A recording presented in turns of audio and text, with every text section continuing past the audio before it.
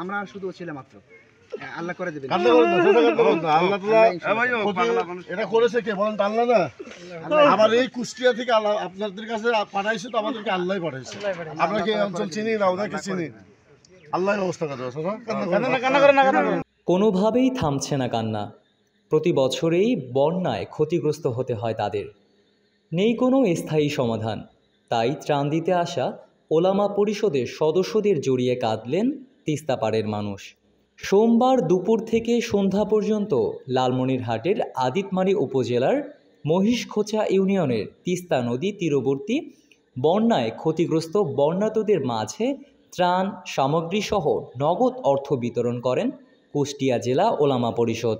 এ সময় মাওলানা আব্দুল মতিন তিস্তাপাড়ের এসব ক্ষতিগ্রস্ত মানুষের স্থায়ী সমাধানের জন্য প্রয়োজনীয় ব্যবস্থা নিতে সরকারের কাছে দাবি জানান।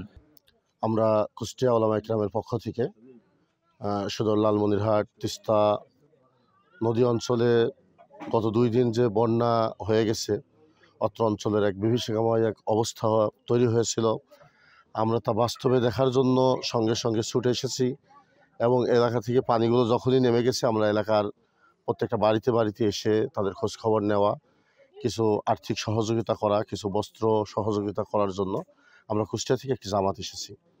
সর্বোপরি আমরা এলাকার বিভিন্ন মানুষের সাথে কথাবার্তা বলেছি, তাদের মনের আকুতি শুনেছি। আসলে বিভিন্ন ব্যক্তি, এমনও ব্যক্তি এখানে আমরা পেয়েছি যারা 8 বার এইবার দিয়ে তাদের ঘর বাড়ি মেরামত করেছে, ভেঙেছে। 15 বার হয়েছে, 20 বার হয়েছে। আসলে এটা তো কোনো স্থায়ী, এই যে আমরা এসেছি, আমাদের দেখা দেখি হয়তো আরও অনেকে আসবে, বিভিন্ন মানুষ আসবে, কিছু সহযোগিতা করে যাবে, কিছু শুকনা খাবার দিয়ে যাবে। এই লোকগুলো কিছুদিন চলবে, আবার 1 বছর পরে আবার এই তিস্তার পানি এসে তাদের বসত বাড়িগুলো আবার ভেঙে দেবে। তারা আবার তাদের তলটোপলা গুছায় নিয়ে কোথাও স্থান নেবে, পানি সরে গেলে আবার ঘরগুলো খাড়া করবে, আবার পরের বছর পানি আসবে। আসলে এটা কেমন যেন একটা খেলার মতো হয়ে যায়। এজন্য এই অঞ্চলের মানুষের সাথে আমরা কথা বলে যতটুকু বুঝতে পেরেছি, তারা চায় একটা স্থায়ী সমাধান। স্থায়ী সমাধান বলতে তারা 2 ধরনের সুরত আমাদেরকে বলতেছে। একটা হলো নদীগুলো যদি সুন্দর করে খনন করে পানিগুলো যদি প্রবাহিতর ব্যবস্থা করা হয়, যে পানিগুলো খুব সহজে চলে যাবে, নিষ্কাশন হবে।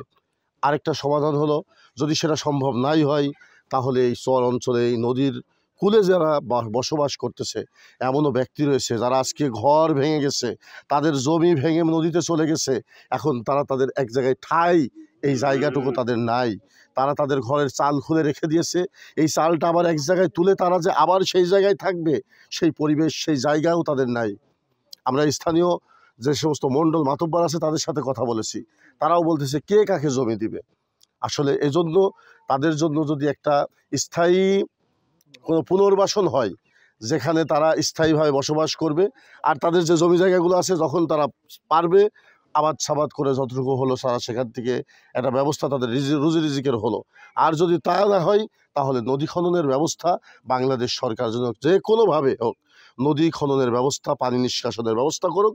অন্যথায় এই নদীর পাড়ে যে সমস্ত মানুষ অসহায়, গরিব, দুস্থ, একেবারে নিঃস্ব মানুষগুলো প্রতি বছর নদীর এই কবলে পড়ে আরও নিঃস্ব, আরও অসহায় হয়ে যাচ্ছে, তাদের একটা যদি পুনর্বাসনের ব্যবস্থা হয়, সরকারি পক্ষ থেকে যদি তাদের স্থায়ী একটা ব্যবস্থাপনা হয়, তাহলে পরে তাদের জন্য ভালো হবে এবং তাদের জীবন আবার স্বাভাবিক হবে বলে তারাও আশাবাদী, আমরাও আশাবাদী।